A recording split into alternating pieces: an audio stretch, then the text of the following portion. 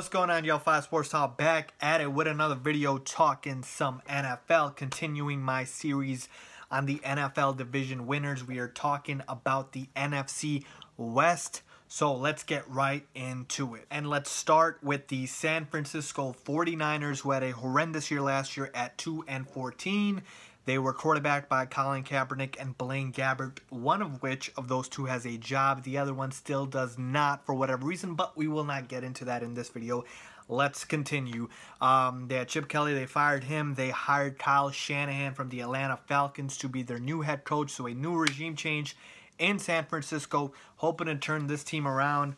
And really, the quarterback position is the only position here that really changed. They made a few changes. Torrey Smith left for the Philadelphia Eagles, but now their quarterback situation is Brian Hoyer, who is going to be their starting quarterback, and Matt Barkley. They basically just exchanged QBs from the Chicago Bears because both these guys were on the Bears. And can I really say this is a significant upgrade over the two guys that were quarterbacking this team last year? I really cannot, because like I said, Brian Hoyer, though he was good for the Bears, he was pretty decent. I believe he threw like 6 touchdowns and no interceptions when he played with the Bears. It's still a stopgap type of year for the 49ers with their quarterback position, which is still needs to be addressed. So it's going to be horrid for the 49ers. Then you look at the receivers. They signed Pierre Garçon. That was their big free agent signing. Free agent splash. The receiver core last year for the 49ers was absolutely awful. So Pierre Garçon is now your #1 receiver. They got Marquise Goodwin. They have Vance McDonald. So very, very poor offensive talent on this team. Probably one of the worst offensive rosters in the NFL.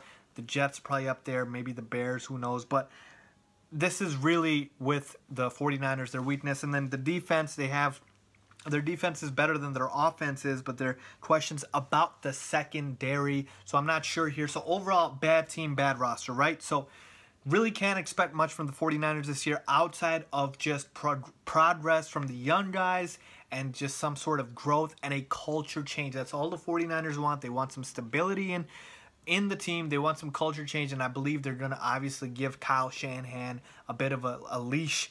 They're going to let him implement his system, and it's not going to change in year 1. So I don't see this team improving too much. I have them improving just 1 game over last year at 3-13. I think they're going to be awful this year, probably one of the worst teams in the NFL. But again, keys for them, culture change, get some stability on this team, and progress from the young players. Let's move on to the Los Angeles Rams, who are in a very similar position. Now, the Rams obviously relocated from St. Louis. They're in Los Angeles now. The spotlight is going to be on this team because they are in a bigger market, one of the biggest markets in the country. They have a new head coach in Sean McVay, and of course, quarterback from last year, Jared Goff, who couldn't really start until the end of the season and didn't really look that good. So now it's similar to the 49ers with a new coach, no Jeff Fisher anymore, new management. You're trying to get some stability, new quarterback. So the biggest thing, again, it's the same with the 49ers, is to just get some progress from the young players, because really, again, with the roster, not very good. They signed Robert Woods. He's going to be their #1 receiver. That is pathetic. Robert Woods is your #1 receiver. They still have Tavon Austin, who is as inconsistent as they get. They lost Kenny Britt to the Cleveland Browns, who was their best receiver last season. I don't even know who's starting at tight end for this team. I think some guy named Gerald Everett, and I haven't even heard of him. So really, with the Rams, their defense is going to carry them, led by Aaron Donald. They are going to be a stout defense. Are they going to be top 5? I'm not sure. But like I said, the offense is going to struggle heavily for the Rams. So their defense is going to carry them. And for the Rams, all they want is progress from Jared Goff. One Jared Goff. That's it. The whole year is going to be a spotlight on Jared Goff.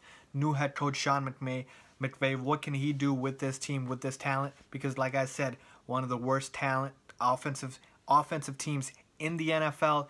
Just want to see some progress from the QB and to find out if Jared Goff is really their franchise quarterback of the future that they can bet on. Next up, let's talk about the Arizona Cardinals. And I know a lot of people, when it comes to this team, talk more about Carson Palmer, who had a decent year last year. Not a great year, a decent year, 26 touchdowns, 14 interceptions.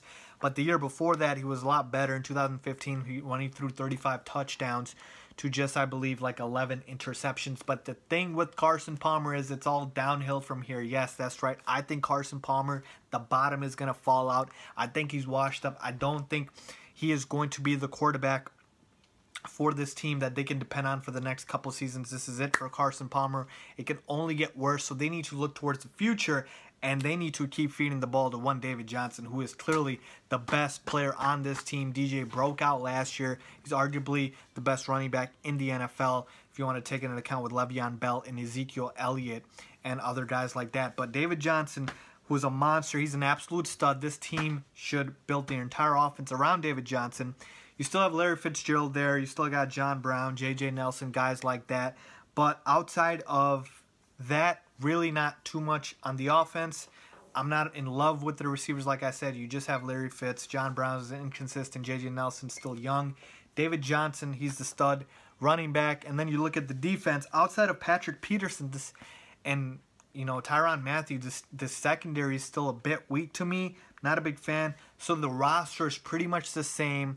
It's really going to come down to Carson Palmer and his play, because if they put the ball in Carson Palmer's hands, I believe the Cardinals are going to be mediocre. I think they're going to make a mistake. The more they feed David Johnson, the better it will be for this team. I have them going 8-8 this season and second place in this division, but I don't see them making the playoffs. And finally, let's talk about the Seattle Seahawks, who won this division last year, and I see similar things happening this season as well. The biggest thing for the Seahawks in the offseason that was a weakness last year was their O-line, okay? And they needed to address that. Hell, their O-line is bad in Madden 2. I can't get the ball off with Russell Wilson without getting like literally half a second, okay? I gotta snap the ball and I gotta throw it because the O-line cannot block for their life, okay? So their O-line is bad, okay? And they signed a couple O-line in the offseason, and Luke Joeckel and Ode Abushi, and they drafted one as well. So hopefully their O-line gets dressed, okay?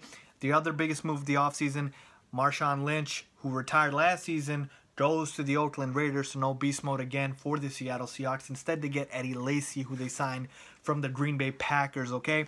And behind Eddie Lacy, you have Thomas Rawls and you have CJ Prosise. Now, Rawls was okay last season. He got hurt. Then CJ Prosise came in. He had a couple good games. I like him as a pass-catching back. Not sure I like him as a starting running back. He was decent. Then he gets hurt as well. So a bunch of injury-prone backs for the Seattle Seahawks. And the real thing is, who's going to start for this team? I think Eddie Lacy is going to start. But then are the reps going to be split evenly? I see a three-headed timeshare with this team. I don't think either running back is going to separate himself to be the clear definitive starter. And so I think all season long you're just going to have a split with these three guys. So this is pretty much the same roster, like I said. You look at the receivers, though, and this is my biggest complaint with the Seattle Seahawks is since the Super Bowl, they have gotten away with not upgrading their receiving core for years, okay? You still have Doug Baldwin, who's good, yeah, but on not a lot of teams, he would not be a #1 receiver. He'd be a #2 or 3. Jermaine Kearse, Tyler Lockett. I know you have Jimmy Graham, but this is not the New Orleans Saints Jimmy Graham, okay? And so for me, the Seahawks needed to upgrade their offense, okay? And they refuse to do so. They keep depending on their defense, which is still good, but they're getting old, okay? And so you need Russell Wilson to sort of, you need to give him help in order for him to excel, because now, last year he had a bad O-line. Now he's got a weak running game. He can't do play action, which means he can't run. And if there's no run threat, then Russell Wilson might be mediocre because he just has to sit in the pocket and throw. I think he'll have a decent year. I don't think he'll have a great year. Like I said, because this offense needed to upgrade, and he does not have that many weapons, okay? So with that being said, I still think they do win this division, like I said, because the Rams are awful, okay? And the 49ers are absolutely awful. So I see them going 10-6 for the Seattle Seahawks, winning this division pretty much because the other two teams in there suck. And the Cardinals, I have them going 8-8. So let's see what happens with the Seattle Seahawks. But I have them winning the division. Let me know what you guys think.